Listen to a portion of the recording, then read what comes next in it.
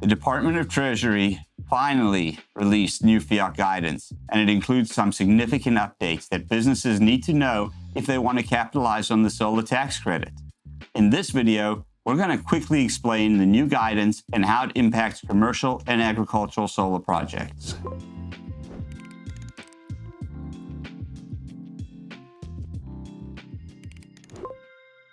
So Larry, tell us what exactly is FEOC? Yeah, so FEOC, FEOC, stands for Foreign Entities of Concern. And it's really tied to 4 countries, China, Iran, North Korea, and Russia.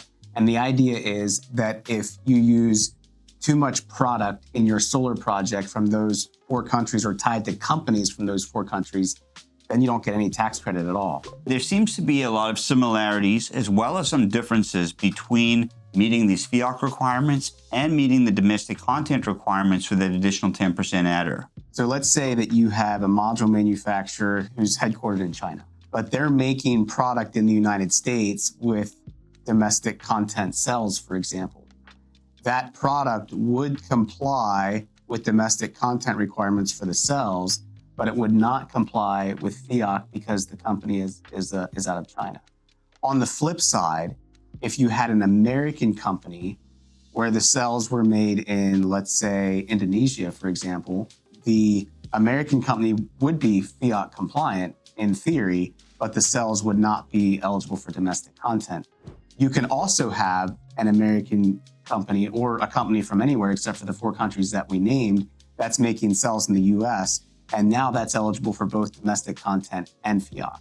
Would it be an accurate distinction, Larry, to say that the domestic content is focused on the actual materials, whereas the FEOC requirements are focused on the ownership and control of the company that's making those materials?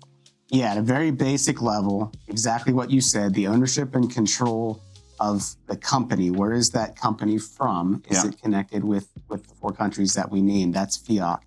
And then where is the actual product made or manufactured? That's domestic content. You want to be prepared for these changes so you can make the best decisions for your project. Otherwise, you risk potentially losing out on the tax credit. The new guidance was just released. What's changed, or what did we learn from this guidance that we didn't know coming up to this point? There's a couple of things that have changed. One of the biggest things in my mind, Warren, is that they clarified, at least to some degree, how far up the value chain you have to go. In other words, if I have a cell that's made in the US, what about the raw materials? Do I need to worry about that?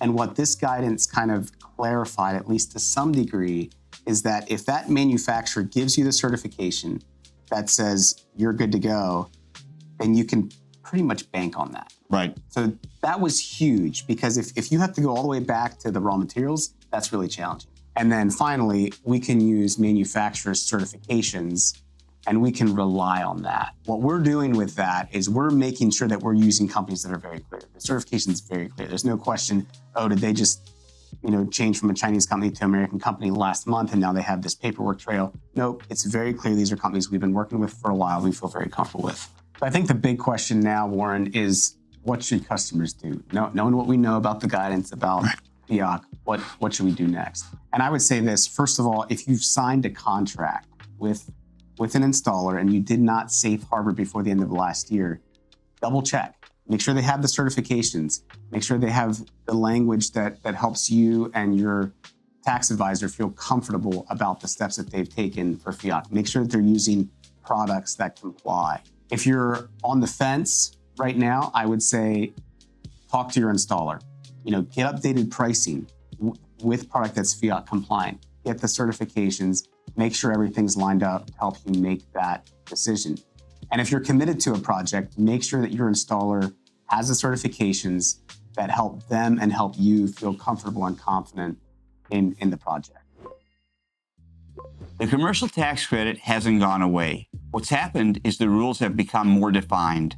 It's important to have clarity to confidently move forward with your solar energy investment. Visit paradiseenergy.com to get connected with your local solar consultant to help navigate qualifying your business for the solar tax credit. Be sure to hit the like button and subscribe for more honest solar insights.